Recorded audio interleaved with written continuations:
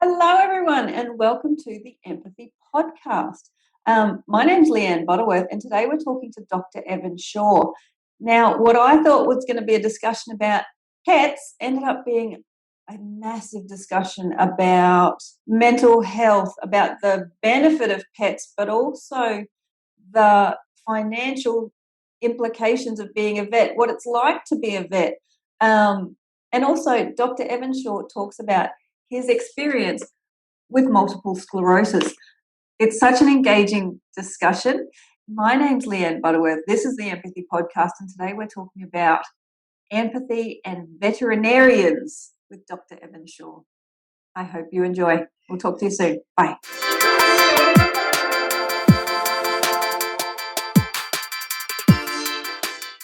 Hello, everybody. You're listening to the Empathy Podcast, or the Professional Empathy Podcast now. Today, we're exploring mental health in vets, so in the veterinarian profession. And today I'm joined by Dr. Evan Shaw. Welcome, Evan. So let's talk for a second about what your background is. So what your professional background is, and why you got into it. So I always said from day one, when I was at school, you should never go to uni until you've been 10 years out of school. Because that's like the young point in your life. That's where you can travel everywhere, do everything, don't have kids, and you can find out and figure out who you are and what you want to do. No 17-year-old walks out of school and goes, I know exactly what I want to do with my life.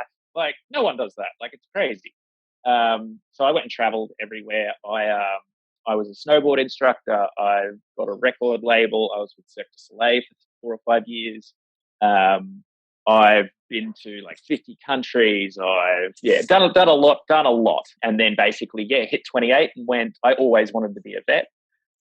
Hit 28 and went, all right, time to, go to vet school and be a vet. So did that. And, so now I am a vet. I have a real job, as my mum and dad are so happy about. I'm not doing my music and that stuff. So that was, so I've done a lot of things, and basically it still came back to every day was all I want to do is work with pets and animals, especially wildlife.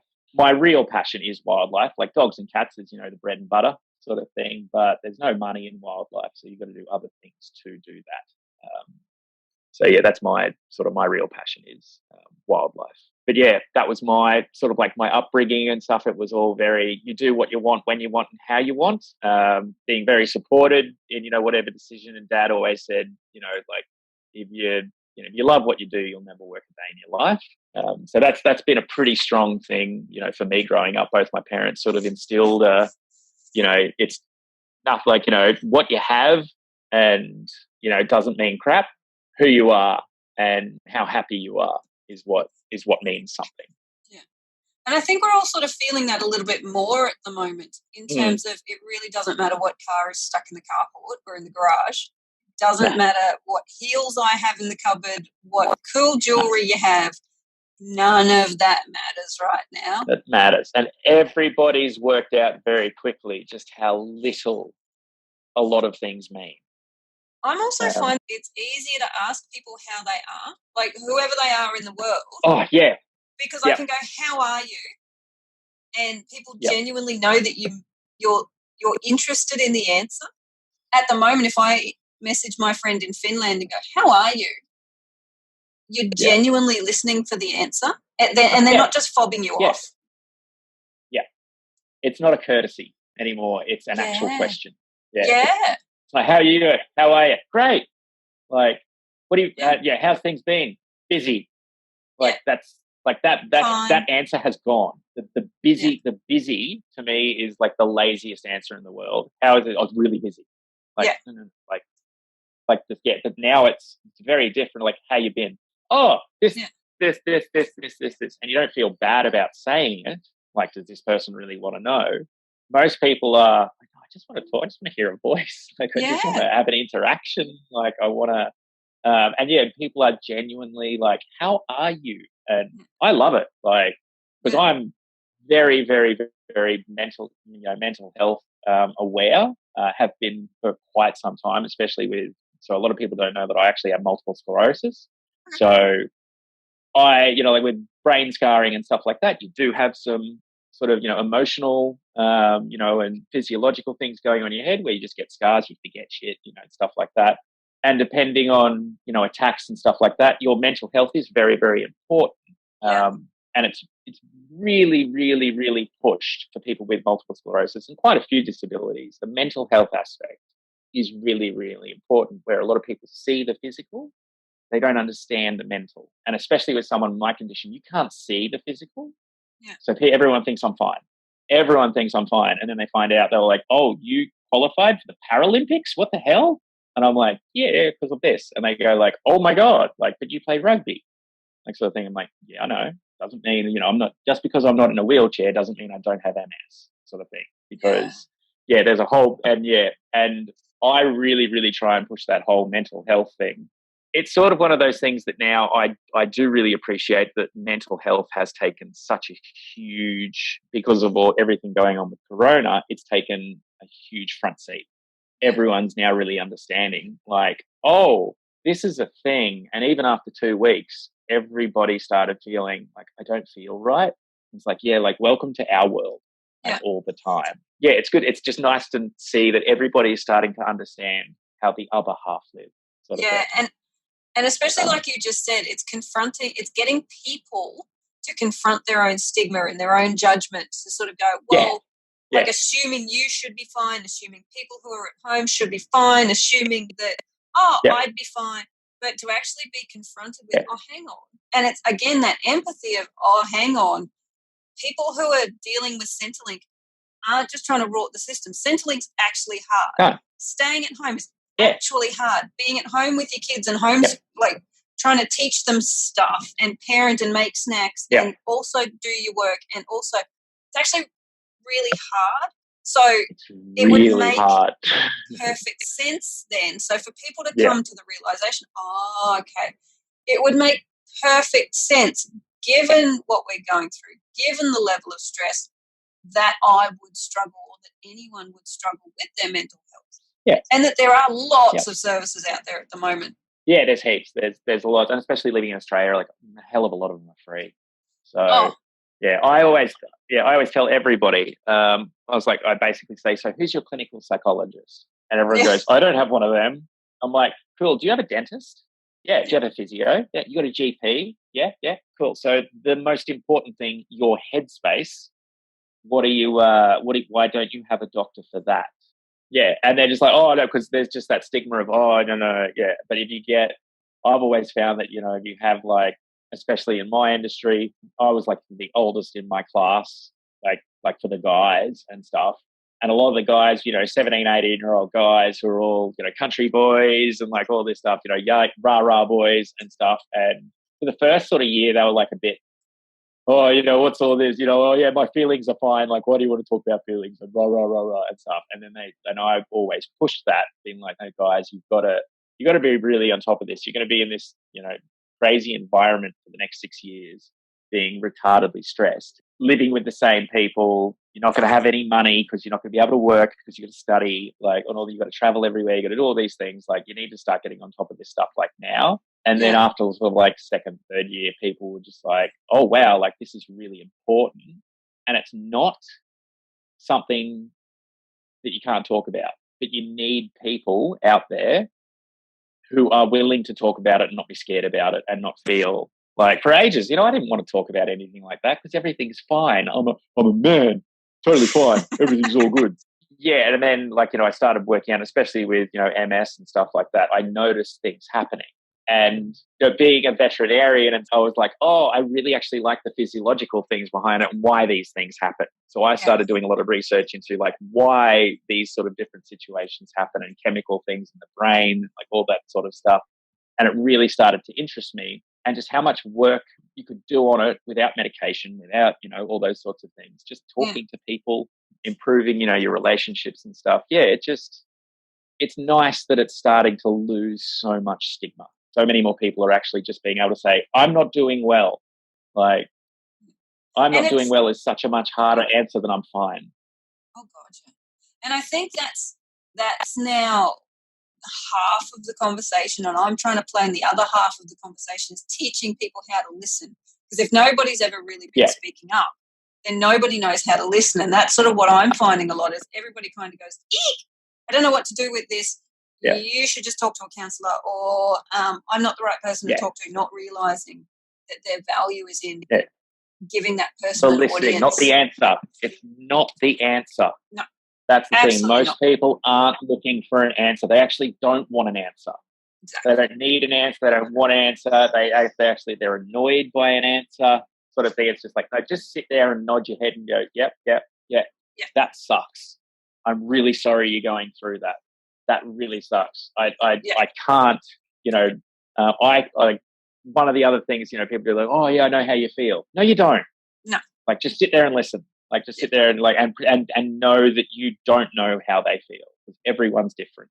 Yeah. And the damage that making someone feel dismissed as well, because if they feel dismissed by you, they're never telling you anything ever again. No. And they may not tell anybody else. They may not feel comfortable to tell anybody else either. So that's basically my entire business, is trying to teach people how to listen with empathy, so that when all these wonderful people who go, you know what, I think I'm ready to speak up, they're actually met with love, and they're met with that compassion and a set of ears who goes, oh, sweetheart, that's awful. I've no idea what to say, but let's figure it out. That sucks. Like, just having someone hear that is generally 10 times better than, oh, what you should just do this. Yeah, what you should do is, like, that's the most annoying thing. Like, oh, you're depressed? Oh, just don't be. Like, just don't be depressed. Oh, I had that too. Go for a jog. Like, you should just have a drink. Oh, that's my favorite. Oh, you broke up with your girlfriend? Let's go out and get drunk. It's like, let's go and have like a whopping amount of a depressant. That's a great idea. Oh, we speak the same language. So let's talk about vets for a second. What's it like? So you said that wildlife vets was a bit of a calling. I was the kid that had birds in shoe boxes and, injured birds he'd found down the park in shoe boxes, and rats and mice that he'd found somewhere, or those sorts of things. Or, oh, the cat brought in a half dead rat. I'm going to try and fix it. Like lots of birds, lots of wildlife. Used to spend. I lived next to Lone Pine Koala Sanctuary. So we actually had a secret entrance into Lone Pine, and we used to go there like every second day, and just go around. One of our mates, she worked in the cafeteria. And so she was in charge of all the kangaroo food. Yeah. So we used to go like every Saturday, Sunday. We'd break into Lone Pine and just feed all the animals and just bugger eyes around with all the animals. So I loved. It's a beautiful place. Yeah. So what's it like being a vet? Like, has it lived up to your expectations? Yes and no. There's so many misnomers about veterinary, about being a vet. Even though it's a lot harder to be a vet than it is to be a human doctor, we're the redheaded stepchildren of the medical world, because they're like, oh, you just do animals. So for people, there's one set of parameters. Yep. That's it. For animals, there's like even just the basal temperature of a cat is completely different to a dog. That's completely different to a horse, completely different to a goat, completely different to a. So you need to know all these parameters. Yep. And then once you start throwing pharmacology in there, this one set of medication will will cure the cat's cancer. If you gave it to a dog, it'll make its hair fall out. If you gave it to a horse, it's going to de-sex it. If you gave it to, it all has different reactions in all these different animals. Yeah. So you've got to remember all the different pharmacologies and once you start getting the difference between reptiles and mammals, they're a cold-blooded and warm-blooded animal. That is like an alien and a person, sort of thing. Like, they're these wildly different sets of like stuff you need to know. Yeah, so it's really good in the sense of I'm helping. I can do something. The first sort of year, 2 years, it's very scary because you see a lot of pain, death, hurt, all these things. But because you're not trained, you don't know what to do. So you feel really helpless, and it's very difficult. And then once you start getting good, which is like sort of halfway through 4th year, and you start understanding disease processes and stuff like that, your whole mindset changes to, oh my God, I can help. Yeah. Like this injured bird, and I'm just standing there just going, like, what do I do? It's now like, oh, no, this bitch needs heat, needs this, got to do this, a bit of water, and, everyone else is panicking, going, oh, this possum can't do this. And you just pick it up and go, yeah, it's this thing, and then put it in the thing, and there we go. You're warm, sorted. And you feel like, oh, it's not scary anymore. It's not terrifying. I can do something. And your self-worth goes through the roof. And I suppose the other difference is that the animals can't tell you what hurts. Yeah, my throat hurts. It's just, so like generally we get, the dog comes in, and so you'll notice there's a huge difference between what you'll experience in a veterinary clinic and what you'll experience in a GP's clinic. So we talk a lot more. We ask 1,000 more questions than a GP does because we can't ask the patient. Yeah. So we have a very different process to how. So if you walk into a GP clinic, I don't know I can't remember the last time someone took my pulse rate, my temperature, listened to my lung fields, listened to my heart, and did like a full body, checked my ears, checked my eyes, checked my nose, checked my mouth, checked my bum, checked all those sorts of things. Yeah. Every time you go to a vet clinic, that's what happens. Yeah. And every time I go to a human clinic, I sit there and I literally critique them while they're doing it. Be like, why, I'm experiencing this and this and this. Why wouldn't you listen to my lung fields immediately? This is clearly an upper respiratory tract infection. I'd like to have that confirmed, and I'm really sure I'm going to need these antibiotics for it too, sort of thing. And like a lot of the time they're like, yep, here you go. But I found because a lot of, they just don't have the time. They're a 10-minute slot. So it's what's wrong here. Here's a prescription. Yeah. Go fix it with this. Where in animal medicine, we do have to do things a lot different. So because 50% of our job is food, like everything, like 50% of stuff that we look after in vet school, you're going to eat one day. So all the cattle, or the chickens, or the pork, or all that stuff. That's literally 50% of a veterinary degree is livestock. Yeah. So we do kind of sit there and have a very different view of the whole process. And because we have all this livestock and the stuff like that, we can't use medicine because we're going to eat it. So we're not allowed to use antibiotics. We're not allowed to use steroids. We're not allowed to use all these things. So we have a much, much, much bigger amount of training in nutrition, in what's called in environmental enrichment, all of these things, because we can't give these animals stuff, we've got to cure them via how they feel in the head and how they feel in their guts. And they're unbelievably linked. Your mental health and an animal's mental health, 95% of your serotonin is made in your guts, not in your head. Yeah, 90% of your dopamine is made in your guts, not in your head. And that's why gut health is so important to veterinarians, because that's how we cure a lot of things and a lot of diseases is, this is happening. Because they're eating this or too much of this or too little of this. They don't have the room to move. They don't have an ability to represent the 5 freedoms of being an animal, all these sorts of things. Not, we'll just throw medicine at it. So then where does empathy then play in to, because, you've just said that you've got to look at the environment, you've got to look at the nutrition and all that sort of stuff. Where does empathy play into the life of a vet? Because you would think that you've got so many different, you've got a creature here of some description that needs something. You've got an owner and you'd think that the owners would have very different investment. So what, and then I'm assuming not everybody comes in going, please do whatever it takes. Oh, no, everyone comes in saying that. Everyone comes in saying that. The 2 favorite lines: do whatever it takes. Money is not an option. As soon as you say that, I'm going to demand a deposit on the spot, because you're the person who doesn't have any money, and you're the person who doesn't have any time and doesn't want to do anything. And 50% of people will come in and say, money is not, I don't care, rah. I'm like, cool, I need to do this, this, and this, and it's going to cost $900.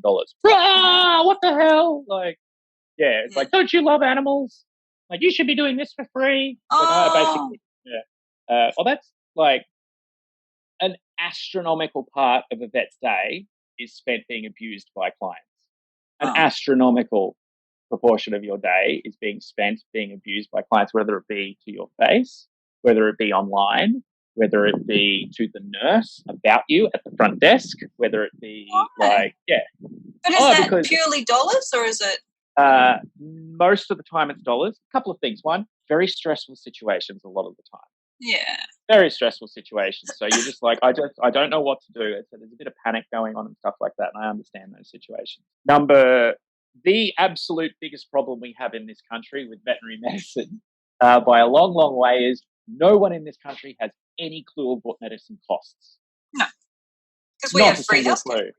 Exactly. So everybody goes. So a lot of people you get but if I go to the doctor, it's free. It's like, yeah, cool. That's for you. Your tax dollars paid. The really good thing about having a brother who's a pediatric surgeon is a 30-kilo Rottweiler and a 30-kilo kid are exactly the same thing, almost. So we'll use the same plates, the same drugs, the same anesthesia, very, very similar post-surgical drugs, very similar post-surgical physiotherapies and all those sorts of things. And I say to a lot of people, look, how much for a 30-kilo Rottweiler? Standard is the broken arm, like a humeral fracture. Yeah. Broken arm for a Rottweiler, exact same break in a 30-kilo child.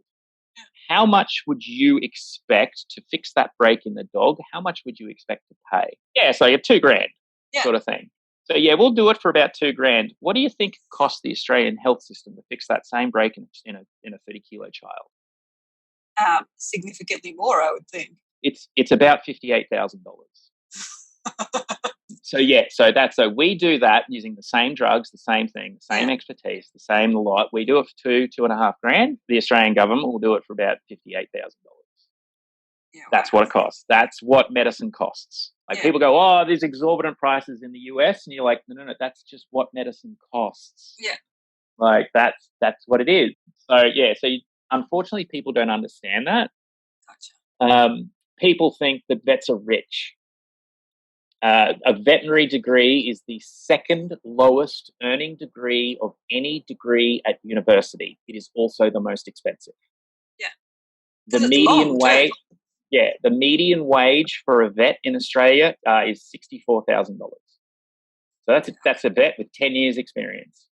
My sister is a police officer. She was on more than that after 6 months of police school. Yeah. Academy work. So we spend, like, my degree cost me almost $100,000. Yeah. And my graduating wage is $44,000. Yeah. So then, is that why a lot of vets? I mean, yes, there's the financial. Have a terrible car. Yes. Have a crappy car. But also, then, if you're running a practice, that would be that financial stress, not only of the income, but also of running a practice in an environment where people don't pay bills, where you've got lots of regulation, where you've got high rent. That huge amounts of consumables, high staff costs, huge amounts of consumables. But the big thing is people just don't pay their bill. So most vet clinics that my mates work at or own, most of them have about 300,000 to $500,000 a year in unpaid bills. Like astronomical amounts. And people wonder why vets go, I'm not going to do anything until I get a deposit. I can't help you. Yeah. It's because every single person goes, but I'm good for it. And like a lot of the time they're not, unfortunately. Yeah. And we get stuck with the bill. Yeah. And then because we've done this, they then go online and tell everybody how much of a terrible person I am. And how I don't care about animals. I only care about money. It's like, no. You literally asked me to put my hand into my pocket, take $1,000 of my own money out and pay for the health of your pet. Yeah. Because I love animals. Yeah. I mean, I had to make that decision. I mean, I had Gina. I adopt ex-racing greyhounds. And Gina got... Nice. Good work. They're great dogs. Love them. They're such stoic animals. Oh, my God. Gina was like a cat. She was like this black cat walking around, and Harry's like a toddler. Yeah. They're so lovely. They are really lovely dogs. But I had to make that decision. Gina got osteosarcoma in her shoulder, and they said, look, we had 6 weeks for a bit of a limp to, sorry, Gina. But they said, look, you can amputate and do radiation, and you're looking down the barrel of $10,000 and you might get an extra 3 months out of it. And we sort of had to go, sorry. And that's a gut-wrenching decision. Yeah. But if I was... Well, it's not like the way that I have to look at it is this. Like a lot of people look at it as time. I look at it and go, like, my big thing for animals and stuff like that is quality of life. Oh, absolutely. And that's why we made the decision that we made. Sorry, in people medicine, like my brother being an emergency, he runs, so he's an emergency pediatrician in Brisbane, but he also runs the entire emergency department at Lismore General. Okay. So he works with a lot of old people down there as well. So he's got, so basically, he's always said to me, and it's very, very true, for most people, the last 2 to 3 months of your life are horrendous, full of pain, sickness, and you just want to die. But everybody around you wants to keep you alive, and everybody around you you do whatever you can to save grandma. And a lot of the time he sits there and goes like, no, grandma's told me like 12 times she really wants to die. Like, doesn't matter. Like, you do whatever you can. And if you don't, you're an asshole, sort of thing. So I'm really happy that euthanasia is starting to be brought into human medicine, because the last 2 months of your life is the most expensive last 2 months of your life by normally a factor of 10, because of the medication and all the stuff that you need, the hospital attendance and all those sorts of things. So the last 2 months of anybody's life is the most expensive point of their life, for the government, for them, for anything. Just for the huge amounts of the palliative care you need. And it sucks. It sucks for a lot of people that last month or 2 months. It really sucks. So euthanasia is a fantastic thing. We've had it in veterinary medicine, so that's hopefully going to change those sorts of things. And the whole mental aspect of, no, we've got to keep everybody alive. You know, it's just like, no, like, there's sometimes you've just got to go and ask Nan, because 99% of the time Nan's like, please let me go. Like, well, that's the thing. I mean, they said, like, with Gina, because it was in her shoulder, we would have essentially had to fillet the dog. Like, she would have had to learn to walk again on 3 legs for 3. Oh, no, I couldn't. And osteosarc is, with an amputation and drugs and everything, it's a death sentence, unfortunately. And even if you take the leg off and do all that stuff, get really early, 6 months. If you do every 3 months, maybe, if you do nothing. 6 months and the other thing is, it is horrendously painful. She was not a happy girl. No, like you're sick, and it's literally like your bones are on fire.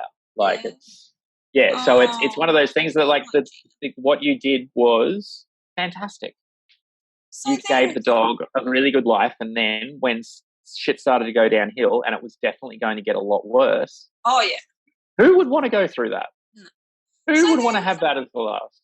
So then my poor vet, so I have Shane the vet, and Shane was in tears when Gina, because I lost him.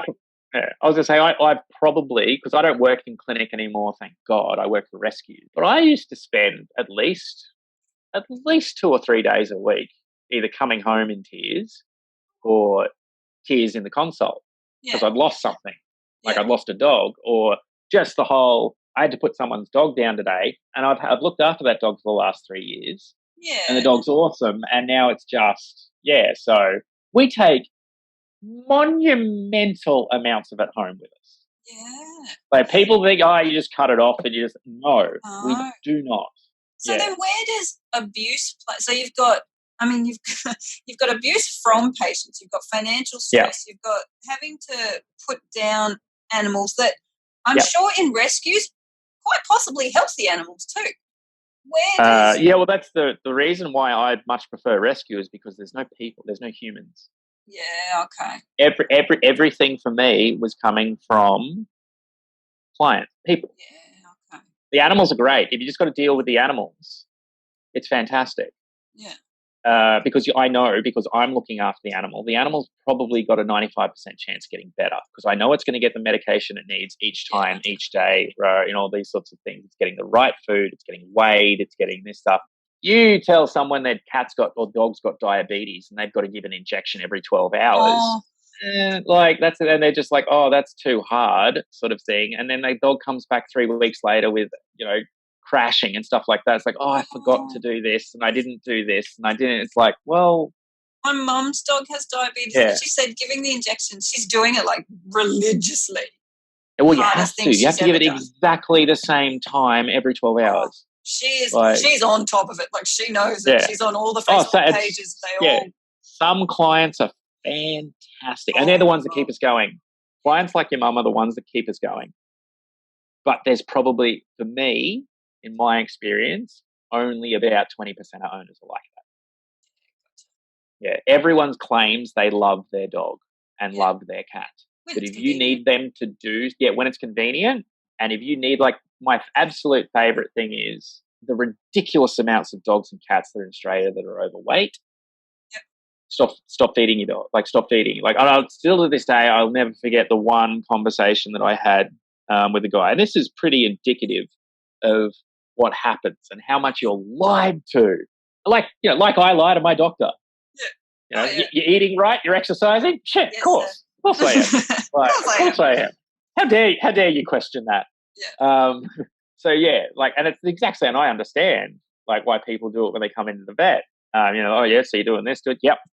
Giving you parasiticides yep, definitely. Yeah, it's on the thing and it does this, and no. Like, that's not what's been going on. Like, clearly your dog is huge. You're definitely only giving it, and like, you'll write them out a whole dietary plan of this and this and this. And this is a classic example with guy came in, wife, the guy sitting there going like, I was like, this dog is huge. Like, dog needs to be half the size. Like, and you've got to be very, gentle about, like, someone's been having snacks, sort of thing. Like, look, we do need to shave a bit of that off, because later on, but really you just want to sit there and be like, why are you feeding your dog pies? Like, and clearly so many of them. Because he likes the pies. Because he likes them, sort of thing. So there's a fantastic app now, which basically what it does is you take the breed of the dog, the age and the sex of the dog, and then put in their weight, and it will render for you what that dog would look like if it was a person in their underwear. And it freaks people out because there'll just be this big, giant, fat dude, like, standing there going, this is what your dog would look like if it was a human. That's the thing that really hammers home, like, oh my God, if my dog was a person, they'd look like that. So then, because that would be, you would think, a form of abuse as well. So how do vets wrap their head around the abuse side of things, like seeing it and taking it on board and seeing what humans are capable? Like, because to me that seems horrific as well. Or is that less? Well, you don't really see a lot of it. If you work in clinic, you don't see a lot of it. If you work in rescues like I do, you see it all the time. So I'm actually currently doing my crime scene processing and animal forensics course at the moment for specifically this. So I do a fair bit of anti-poaching stuff in South Africa and also in Australia as well with wildlife. And the trading of wildlife has become quite rife in Australia as well. So there's now actually Sydney Uni does courses for veterinarians in crime scene processing and animal welfare cases and stuff like that, which I'm currently doing at the moment. But you can have an inkling every now and then of, that dog's been kicked. That dog didn't fall down. That dog didn't fall down the staircase. That dog's been kicked. But it's actually really rare. Because the other thing is, if someone kicks their dog or something like that, they're not going to take it to the vet because they're going to go, the vet's going to know. So they're the dogs they're the dogs that you have come in 2 years later with a limp. And they're like, oh, what happened there? Oh, yeah, like years ago. He's always had that sort of thing. So but at the end of the day, it is very rare that I would have, like, during clinic, that I sat there and went, this could be a welfare case. I'm talking like maybe once a month max out of the 300 dogs you'd see in a month, maybe one of them. So what do you guys at uni, because you said that you guys talk about it a little bit, that you as a mature age student at 28, isn't that glorious? The 28, I remember the 26-year-old being the mature age student. So is this becoming part of a course? Are things like compassion and mental health and self-care and communication and human emotions, is that part of a vet's course? Because by the sound of it, yes, it is, definitely. But it's very misguided. Like, it's very, get people in to do workshops. Yeah, like gotcha. once every sort of couple of months, we'd have these people coming in. Hey, we're going to do this. They're not vets and stuff. They're people who go to like corporate meetings and stuff like that, do a Myers-Briggs test on you. Like, Gotcha. so that side of thing, like we do a lot of role-playing consults. They actually hire actors and bring them in. Yeah. And you don't know what's going to walk through the door, and you're filmed and all of these sorts of things. So there is quite a lot, but the whole mental health thing I found an absolute joke. I'm not gonna lie. I had a very bad experience with a couple of my lecturers because of I had MS, and I don't tell people because people judge me. So I actually had two of my lecturers whilst I was going through uni tell me that I was basically a shitty person for doing veterinary science with MS, and I'd taken the position because 5,000 people apply for 50 spots at the university. As far as they was concerned, I'd taken an able-bodied person's position who could have been a much better vet. Oh, Jesus. Or has the better potential to be a better vet. And it was my absolute delight and pleasure on the graduation day to walk into one of their offices, throw my degree in front of him and go, look, 6 years, not a single failed part. Never failed an exam, never failed an assignment, never failed anything. 50% of the vet class fails something. 50% of the vet class will fail something during that 6 years. I didn't fail a thing. And I was just like, here you go. Then, vets, people who get into vet school and medicine and stuff, generally are real alphas. Yeah, okay. Especially, like, the girls as well are real alphas. So they're quite strong, oh, this is what I'm going to do, like decision-making sort of thing. So it's quite difficult in a world where you're really competing against each other because you're living day and night with each other, 10 hours a day, 5-6 days a week for 6 years. There is a lot of competition. So, and you can't show weakness. You can't talk about it's difficult. It's like, no, man, you've got to be, it's like, oh, no, I'm killing these exams. It's like, no, you're not. No one is. No one in the class got a HD on that last exam. 2 people got a distinction. That's it. Everybody else got passes and credits. Like, you didn't kill that. Like, to stop. Yeah, like, it's okay to, not be like, I hate horses because I suck at them. I have no qualms about saying, like, you put a horse in front of me and I will look at it and go, please don't kill me, please don't kill me, please don't kill me. Like, it's okay to have those sorts of things. We had a guy who was terrified of cats. He was 6'5", built like a brick shit house, terrified of cats. But he wasn't allowed to show it because everyone would make fun of him. So then, if we're not really covering mental health effectively at university, let's use this as our platform. What is it that you want vets to know who need to take care of their mental health, aren't really given the skills and tools and training to do so? What is it that you would have them know? First of all, prepare them. Like, there is so much of what people think being a vet is and the reality. Gotcha. The reality, like, for people, is like, I'm going to be a doctor. I'm going to have a stethoscope. Everyone's going to love me because I'm going to be able to fix their pet. Everyone's going to be, and it's going to be so good. I'm going to play with cats and dogs all day and stuff like that. And like, you get, and it's just not that. It's not that at all.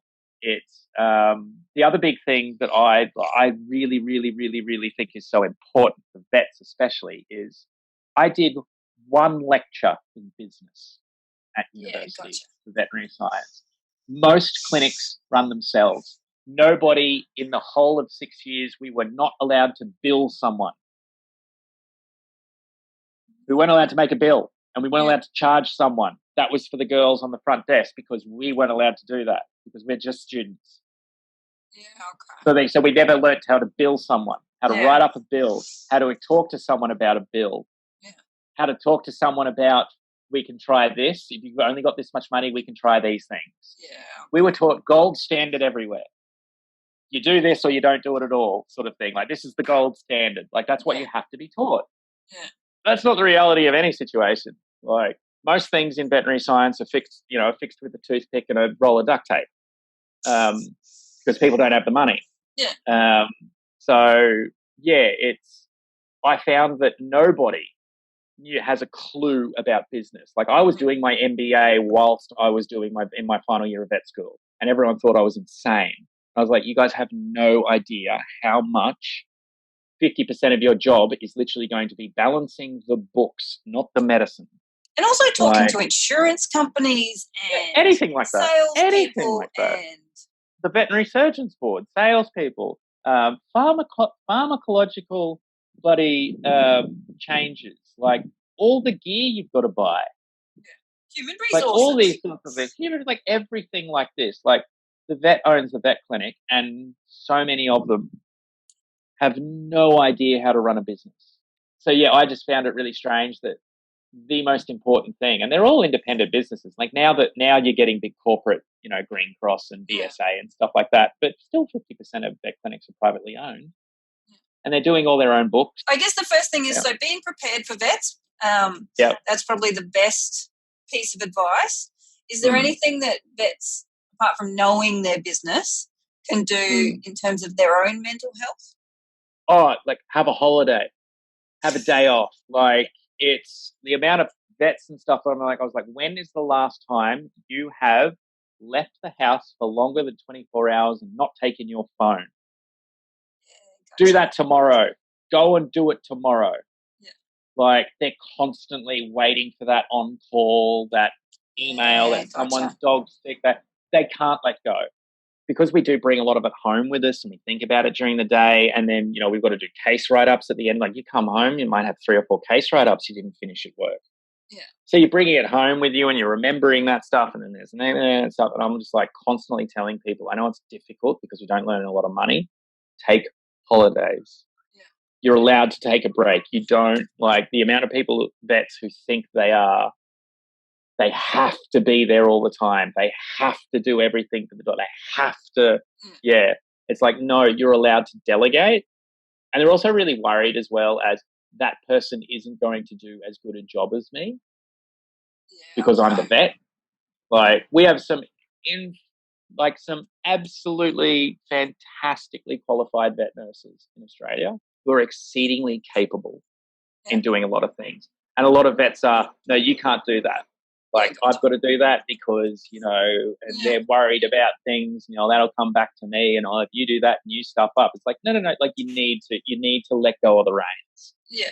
Especially after you leave school, because you're hammered with it's going to be your fault if you're the vet on the thing, if you're the vet in charge, if you're the vet's all your responsibility. Like, there's all this finger waving, and everyone's so scared of a bad Facebook review that, it's just there's just these pointless things that you don't need to worry about in the whole scheme of things, and it destroys their mental health long term.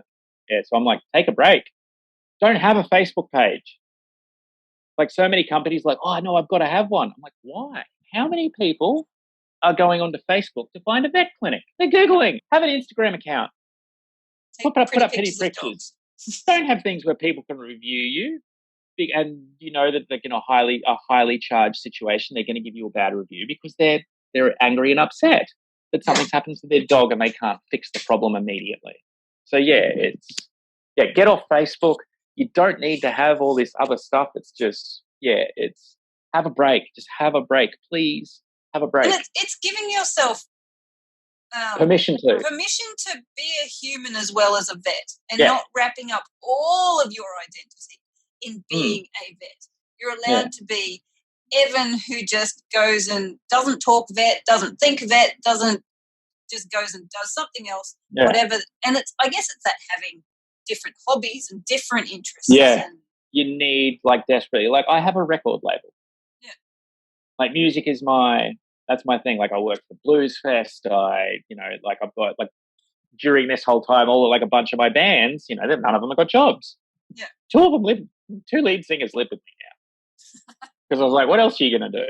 Yeah. So they're helping me doing a lot of my filming and stuff, like my upcoming videos and stuff for the websites and all those sorts of things and stuff. But, like, every single afternoon, Like, I walk into the music studio and I'll play piano for half an hour. Yeah. I'll sit down with one of my singers and record him singing like something completely different. Like, I've got a really good woodworking shed downstairs.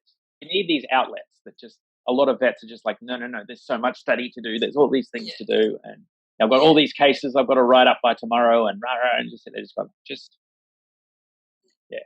And it's I'm having really that busy. self-compassion as well. I mean, you can give and give and give to the pets and the owners and it's having that self-compassion. Go, no. Yeah, I was saying, well, matter compassion fatigue is a huge problem for vets. Is compassion fatigue.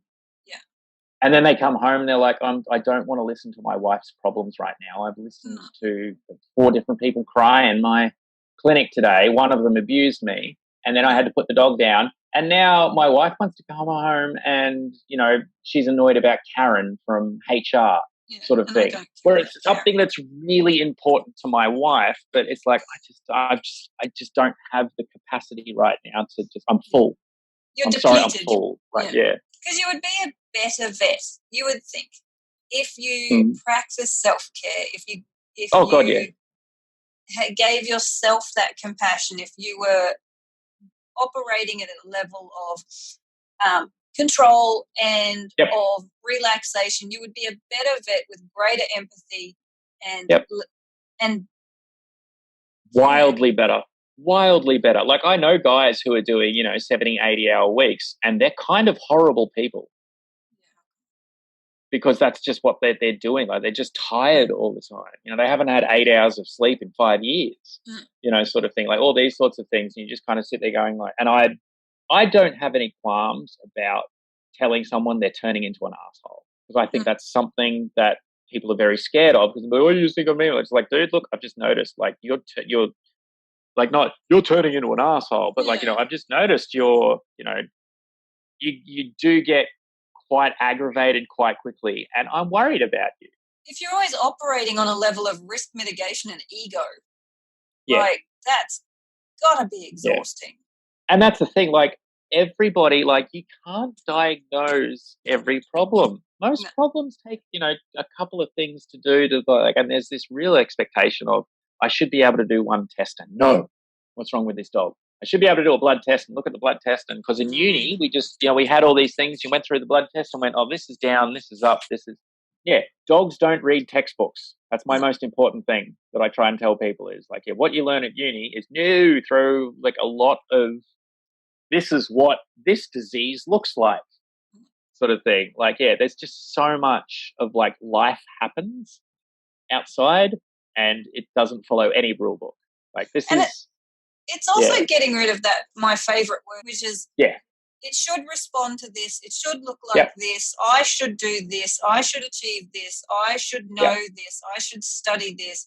One of the little tidbits I try and tell a lot of vets is, and a lot of doctors this as well, because they don't actually know it, I say, how many people in Australia die from aspirin or paracetamol each year? It's about 300 a year die from paracetamol. And in Victoria last year, there were 3,900 hospital admissions. For overdose of paracetamol and stuff. That's the thing. And you sit there and you go, nothing is safe. So, like, that's the thing. Like, you can give a dog this drug and the dog might die. Yeah. But you read the bottle, you're like, no, it doesn't say anything about, like, but that's just what happened to that dog. It was just something. So this whole sort of, it's just like bad things happen. You're never gonna get some, like, a lot of things you're just never gonna diagnose. God, it took some of my friends 10 years to get diagnosed with MS. 10 years of countless hospital doctor visits, those sorts of things. Most MS cases take about 3 to 4 years to diagnose. I was just really lucky that when it happened to me, I just happened to walk into a doctor's office who I'd never been to before. I had my normal doctor. He was sick. I walked into my doctor's office. It was an old regional dude in Brisbane at like this big giant clinic. Never met him in my life. And he went, poke, poke, poke. Picked up the phone and went, I'm calling you an ambulance. I was like, huh? And he was like, I think you're demyelinating. You could stop breathing in like the next 10 minutes. Sort of thing. I was like, huh? He thought what I had was a lot worse. Yeah. But I went to hospital that night.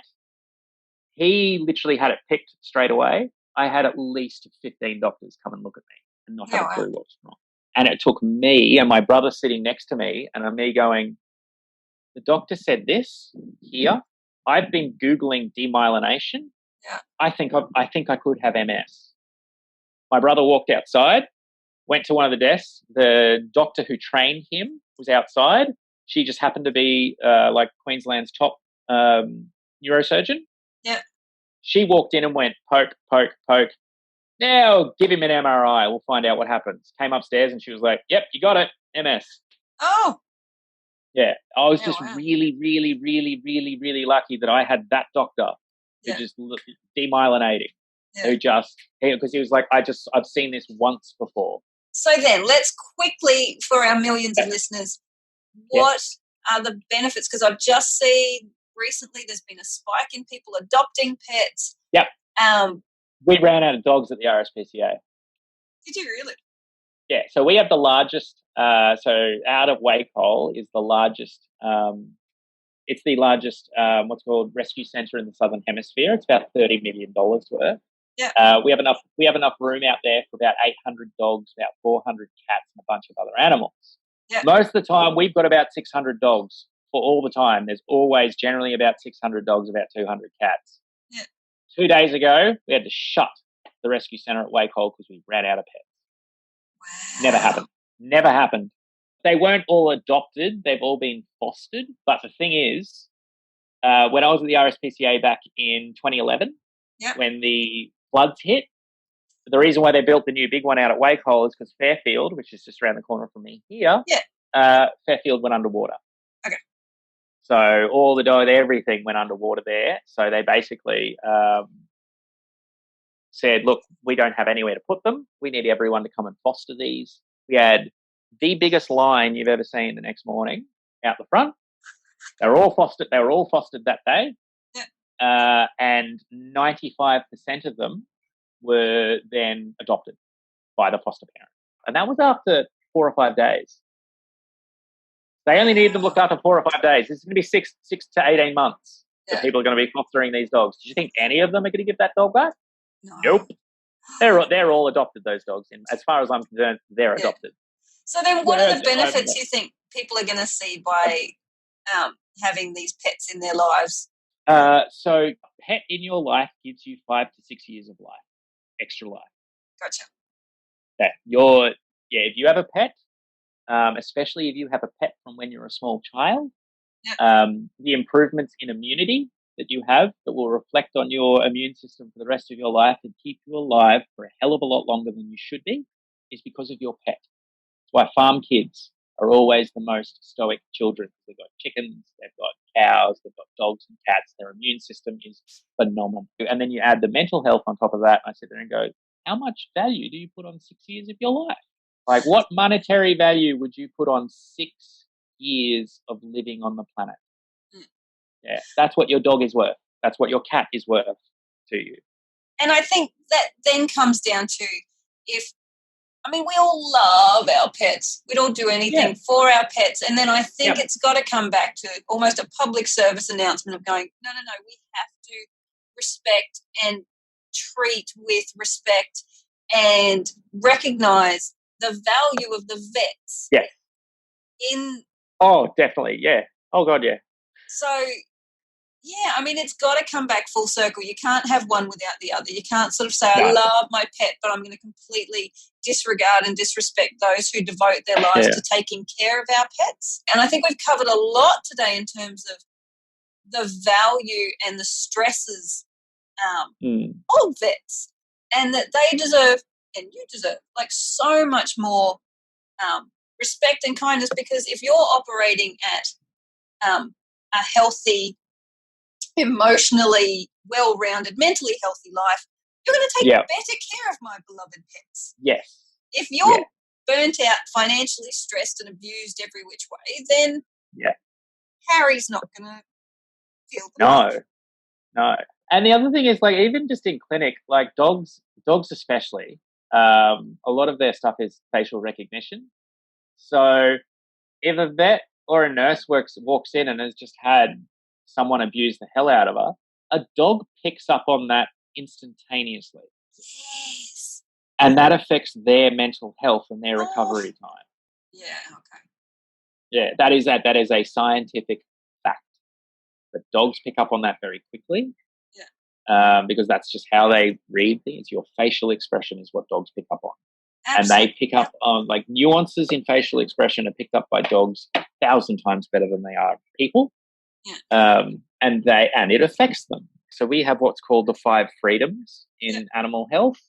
And they're like the 5 basics of life that every animal has to be afforded. And one of them is, like a good mental place. Freedom from hunger and thirst. Yep. Freedom from discomfort. Freedom from pain, injury, and disease. The big one, freedom to express normal behaviors. And the other one that people don't realize, number 5, is the freedom from fear and distress. Yes. A dog seeing you distressed distresses the dog. They are the most empathetic animal on the planet is a dog. Oh, completely. Yeah, completely. Like they know when you're upset. That's why they come up to you, and that's why they use them as support animals. That's why they, for people who have, Asperger's or panic attacks or something, because they are the most empathetic animal on the planet. Oh, and PTSD dogs and... Yep. Oh, yeah. And that's why I say that freedom from fear and distress is so important, because that is actually hearing the argument, having people walk in, upset, distressed, those sorts of things, that affects your dog's recovery time. Yeah, in a huge way, not a little way, a huge way. We can't be as good as we need to be if we're dealing with people. We can't do what we're trained to do, which is deal with animals, because we're dealing with people. You're taking up our time. You're taking up our mental health. You're taking up our financial time. You take it like all these sorts of things where I just want to help your dog, and I'm just trying to do the best to help your dog. No vet has a bumper sticker on their car that says, "I do it for the money." There is not a single vet. I do not know a single vet out there who went, "Yeah, I became a vet because cha-ching." And you'll be really surprised at how many people quit in the first year because they realise how little a vet earns. So, Evan, if people want to find you, because taking care of our pets, if we want to have the mental health benefits, we have to take care of them. Part of taking care of them is taking care of all their fleas and worms and all those disgusting things we don't even want to think about because we don't want them to get sick. How do people find you? What's the best way to get in contact with you? The website's Fleamail. FLEA. FLEAMAIL. We send your flea and tick stuff in the mail. So, we just make it a lot easier because in Australia, there's a couple of really good statistics about this. 46,000 pets are taken to the vet each month for parasite-related disease. It's the number 2 reason for taking your dog or cat to the vet is a parasite-related disease. Unfortunately, about 20,000 just from paralysis tick are put down each year, just from paralysis tick. Gotcha. There's about 150 parasites that affect your dog or cat. That's one of them. That's about 20,000 a year die. So the big number one thing is 25% of pets in Australia never get any flea, tick, and worming control in their entire life. Yeah. Of those that do, 84% only get 7 out of 12 treatments a year. So everyone forgets every time in the clinic when someone comes in with their dog being absolutely destroyed by worms or ticks or anything like that. The number one thing I get is, "I forgot.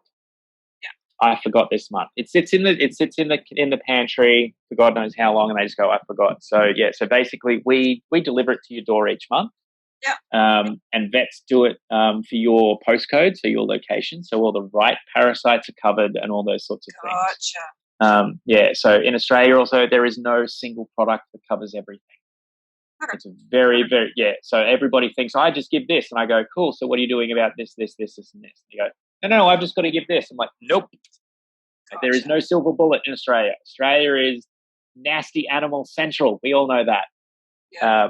So yeah, like we're the only country that has the ferocity of paralysis tick we do.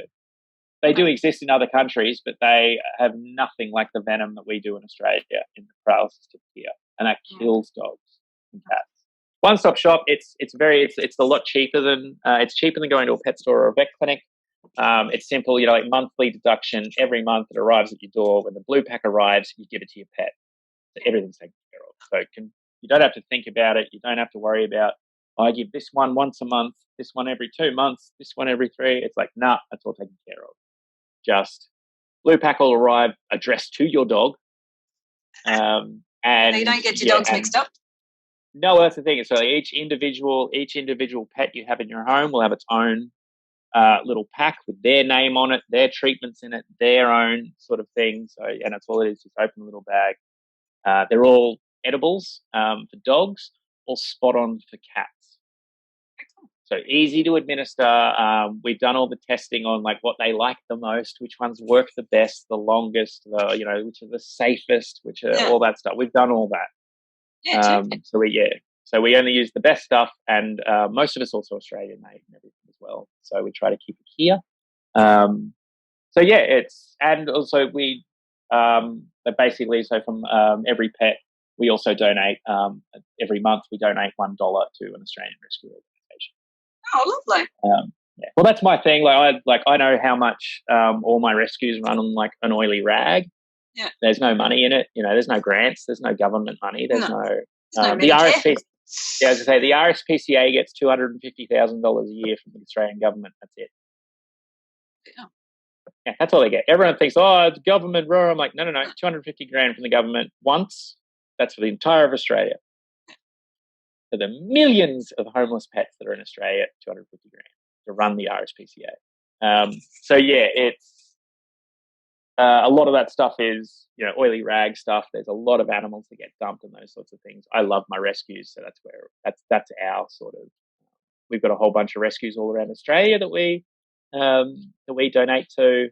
People can actually sign up through the rescues, so they get like residual income through flea mail and things like that. So we think we're helping a lot of pets and a lot of people. So just making stuff easier is.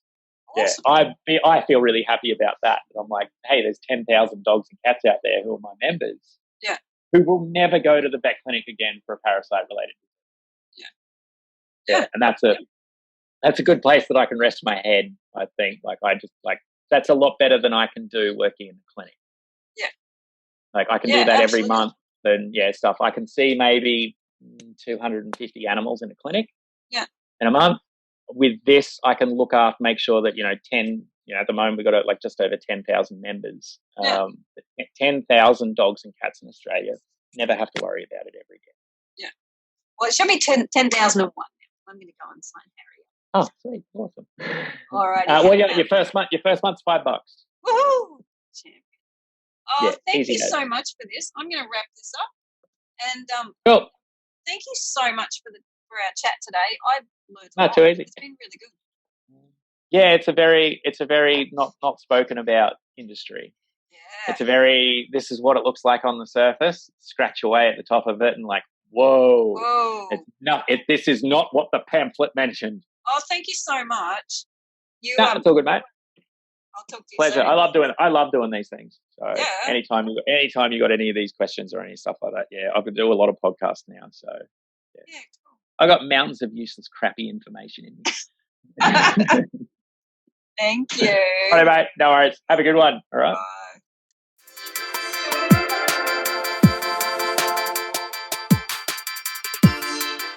Thank you so much, Dr. Evan Shaw. Evan, that was just beautiful. And I really took a lot away about how to support people who become veterinarians, but also why people become veterinarians and what passion and drive is behind that, and the struggles and pressures that they have to endure in order to give our pets the love that they want to give them.